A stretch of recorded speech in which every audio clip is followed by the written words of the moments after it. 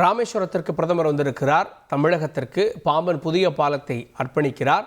பிரதமர் திறந்து வைக்கக்கூடிய இந்த பாலத்துடைய சிறப்பம்சங்கள் என்ன பார்க்கலாம்.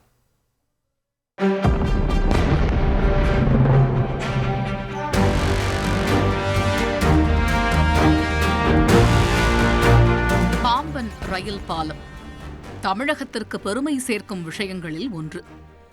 இந்திய பெருநில பரப்பையும் ராமேஸ்வரம் தீவையும் இணைக்கும் பாலம்.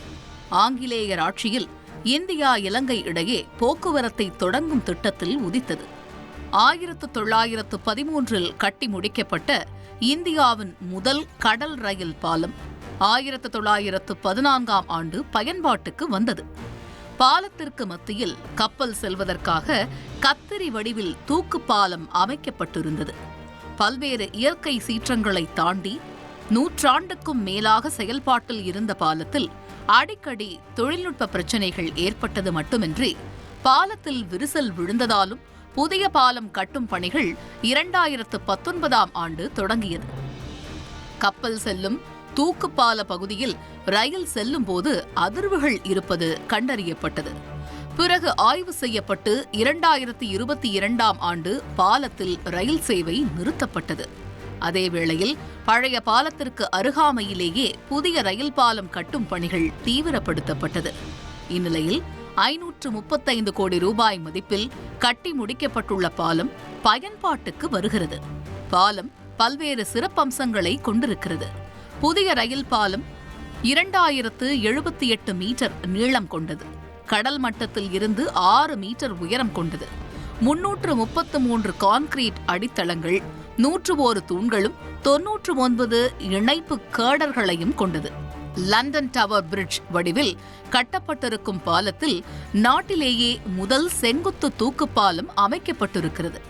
செங்குத்து தூக்கு பாலத்தின் உயரம் 27 மீட்டர் ஆகும். நீளம் 77 மீட்டர் ஆகும். 1470 டன் எடையுள்ள 4 இரும்பு தூண்களில் 650 டன் எடையில் தூக்கு பாலம் இணைக்கப்பட்டிருக்கிறது. இது 4 புறமும் உள்ள இரும்பு ரோப்களில் இணைக்கப்பட்டுள்ளது. மொத்தம் 24 இரும்பு ரோப்கள் செங்குத்து தூக்கு பாலத்தை பிடித்திருக்கிறது. விஞ்ச் மோட்டார் தொழில்நுட்பத்தில் தூக்கு பாலம் 17 மீட்டர் உயரத்தில் மேலே உயர்த்தப்படும். இயந்திரத்தில் இயக்குவதால் 5 நிமிடத்தில் உயர்த்தி இறக்க முடியும். ரயில் இயங்கும் மின் வயர் இணைப்புகள் உயர்த்தி இறக்கும் போது தானாக இணைப்பில் இருந்து விலகும். சிறிய படகுகள் பாலம் திறக்காமலேயே கடந்து செல்லலாம். தூக்கு பாலம் உச்சிக்கு செல்ல லிப்ட் வசதி இருக்கிறது. பாலம் அருகே 2 மாடி கட்டிடத்தில் ஆபரேட்டர் அறை, டிரான்ஸ்பார்மர் அறை, மின்சார கேபிள் உள்ளிட்ட சாதனங்கள் வைப்பதற்கான அறைகளும் கட்டப்பட்டுள்ளன.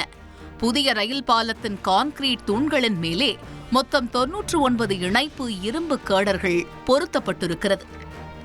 இரும்பு கட்டுமான பணிக்கு துருப்பிடிக்காத எக்கு உலோகம், உப்பு காற்றில் துருப்பிடிக்காத வகையில் பெயிண்ட் பயன்படுத்தப்பட்டு இருக்கிறது. 100 ஆண்டு கடந்த பழைய ரயில் பாலத்தில் 10 கிலோமீட்டர் வேகம் வரை ரயில்கள் இயக்கப்பட்டது. புதிய ரயில் பாலம் நவீன தொழில்நுட்பத்தில் வலுவான கட்டமைப்பில் கட்டப்பட்டிருப்பதால் 80 கிலோமீட்டர் வேகம் வரையில் ரயிலை இயக்கலாம். தூக்கு பாலம் பகுதியில் 50 கிலோமீட்டர் வேகத்தில் ரயிலை இயக்கலாம். பழைய பாலத்தை கடக்க 25-30 நிமிடங்கள் ஆன வேளையில் புதிய பாலத்தை 5 நிமிடங்களுக்குள் கடந்துவிட முடியும். புதிய ரயில் பாலத்தில் மின்சார அதிவேக ரயில்களை பாதுகாப்பாக இயக்க, அதிர்வுகளை குறைக்க வலுவான புதிய தண்டவாளங்கள் பொருத்தப்பட்டிருக்கிறது. பழைய பாலம் ஒரு வழித்தடமாக இருந்தது. இப்போது இருவழித்தடமாக பாலம் கட்டப்பட்டிருக்கிறது. இருப்பினும் ஒரு வழியில் மட்டுமே ரயில் இயக்க ஏற்பாடு செய்யப்பட்டிருக்கிறது. பயன்பாட்டுக்கு வரும் புதிய பாலத்தால் லட்சக்கணக்கான பக்தர்கள் பயனடைவார்கள்.